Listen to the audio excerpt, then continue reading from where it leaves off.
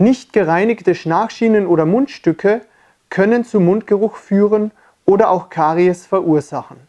Daher ist es wichtig, die Produkte regelmäßig und gründlich zu reinigen. Nicht nur mit klarem Wasser, sondern auch mit Hilfe spezieller Reinigungstabs. Boni Plus Express Reinigungstabs entfernen Plaque, Bakterien, Essensrückstände und schlechte Gerüche. Ganz ohne Phosphate oder waschaktive Wirkstoffe.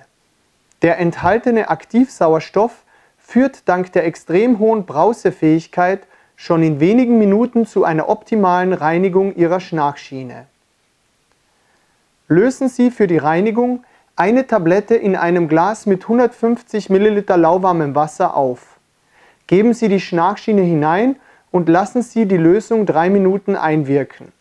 Für eine gründlichere Reinigung können Sie Ihre Schnarchschiene auch eine halbe Stunde oder länger im Glas lassen.